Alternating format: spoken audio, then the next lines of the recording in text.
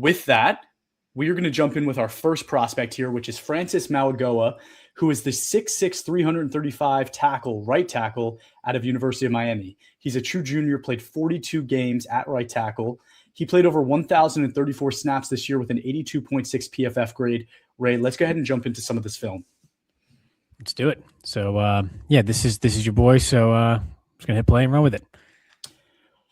So Mauigoa here playing again, right tackle, number 61 at the edge there. Does a really nice job on this play, getting to the next level, right? He shares in the block on 95, the down end. Then he moves to 34, the linebacker here, slow, controlled, focused, creates a really nice lane for that back. Unfortunately, the box was kind of stacked, and number one comes in, really nice tackle from the corner there, right, from the nickel corner. It's exactly, or safety. It's exactly what you want to see there from the defensive side of the ball, but also, again, for Mauigoa, really nice job on this play. Again, it's not overpowering. It's not anything super exciting, but it's just fundamentally good football, which I think, he brings a lot of. I'll just say it seemed a bit easier for him to get to the second level than maybe some of these other tackles that we're going to talk about. So that's my add-on for that one. Understatement of the year, dude. All right, let's jump to play number 2 here. Dropping back in a passing set and kind of gets beat pretty quick on a swim move here. I think one of the things I'm going to point out a couple times in this video review, again, we're only showing 5 plays per prospect, is that he kind of can get caught reaching at times. And I think he often will hook his arm. And at the next level, again, like that's probably a holding penalty. That's not going to fly too well at the NFL level, especially when guys are quicker, faster, bigger, stronger, right? So that's something that definitely concerns me. Number 5 here, again, kind of gets the best out of him. Carson Beck gets the ball out really quick, sees the pressure coming, just releases it, so does the right thing to save his tackle. If he holds this ball a second longer, number 5's in his face, right? So it's a lost rep from my perspective. Yeah, that's not the helmet placement you want to be. Also, like you said, this is a 330-plus pound player.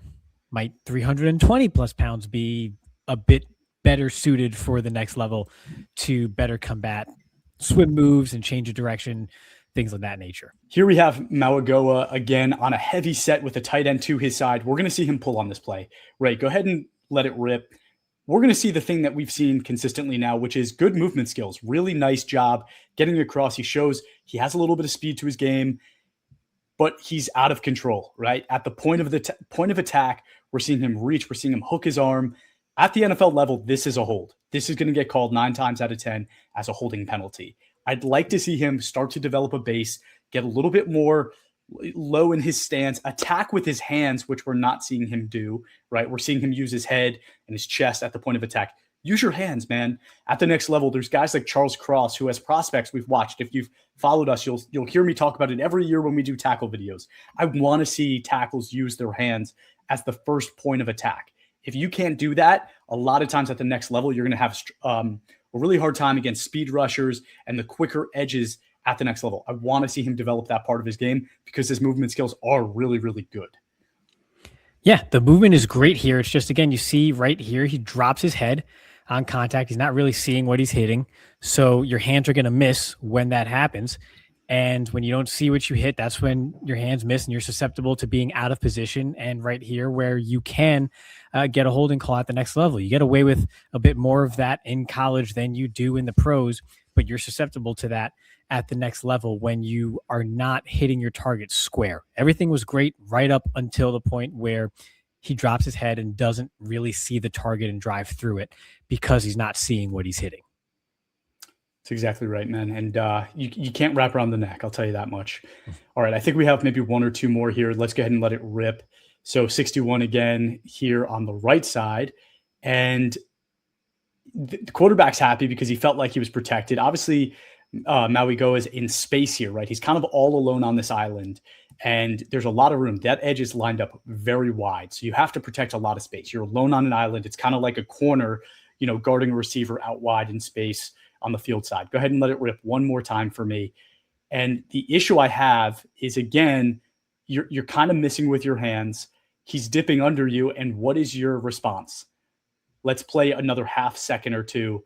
It's to hook around the neck. see, use your arm, use your forearm to hook around. I think this one's borderline penalty. I don't know if it gets called, but it definitely isn't great, right? Get your base under you. Attack with your hands. If the guy's going to dip like that, push him down. You have space. Your quarterback has space. Use your hands to create space for yourself and give yourself a second chance to attack, right? That's your first. Give yourself a second, right? Regroup, regather, re-attack. Here he again, instead he loops around his neck and he's kind of using that forearm hook again, which we've seen now 3 times in a matter of a half of football.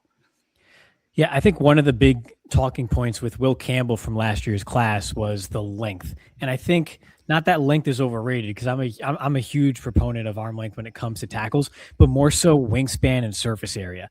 And I think Mauigoa has that to his advantage, where even if you have sort of a wide 9 type of rusher here, and you have a lot of space to work with, and they're going to attack your outside, there's a lot of surface area to get around. You said 6'6 plus, 330 plus, perhaps. That's just a lot of mass to try to get around. So he has that luxury of not necessarily having to be perfect. Narrow base here. He doesn't really have his post foot set or anything. So he is off balance, and he gets away with it because I think of the surface area that he has, that the edge rusher has to get around, just because of sheer size and length. So he has some margin for error that others don't. So clean this up, and I think you got a really high level protector here, but you have to be better with your hands. You can't rely on that natural ability, that natural size, because again, in the NFL, it's different, and they're going to exploit your weaknesses here.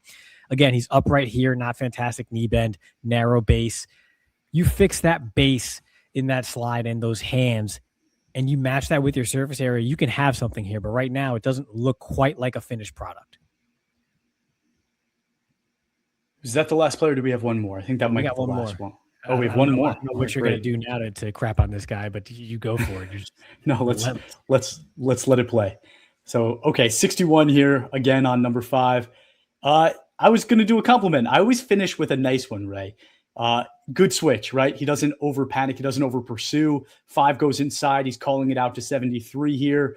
Once he makes that break. So go ahead and play another half second or so. He's calling it. He's ready to switch. He wants contact, right? He gets on there. Again, my only knock on this play is when he's at the point of attack and he does make contact, he's very high. He's high up. There's going to be stronger, better, faster guys at the NFL level. They're going to run him over, right? Like, you need to get your base a lot lower than this. And especially your guy's legs right behind you there. Like, you're going to get plopped on your back at the NFL level if you're this high. But really nice communication, really good job making the switch. I think what we've seen, right? Just to summarize a few things, shows a lot of strength against power rushers and a great push in the run game, but struggled against speed with keeping his legs under him and a good foundation. Gets beat across his face at times, and with more bendy edge rushers at the NFL level, will start to hook his arms and will get a lot of holding penalties. I need to see a better punch with his hands, and I think teams will start to respect that part of his game if he can do it. I think this guy has a great build, great size, and great athleticism to get to a better place at the NFL level.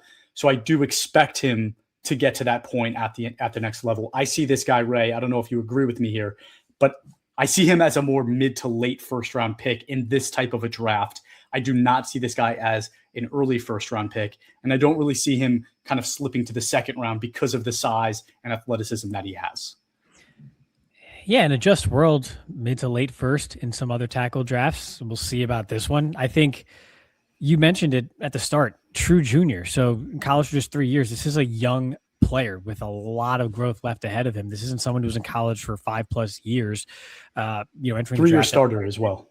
Yeah, 3-year starter. So, I mean, he was thrown into the fire while still having a lot of room to grow, obviously on a successful team with a strong running game overall. So he's battle tested, but still raw with room to grow, which I think that's a lot of markers in the positive direction for a prospect like this. But you also have to be realistic with what you're getting here. We're not necessarily talking about a Penei Sewell, perhaps, or a Joe Alt, who I think was also, were also young prospects who were just kind of a notch above, right? There's a difference between first round players and the E-tag elite players that we talk about, which we're going to talk more about during the full breakdown of all these guys.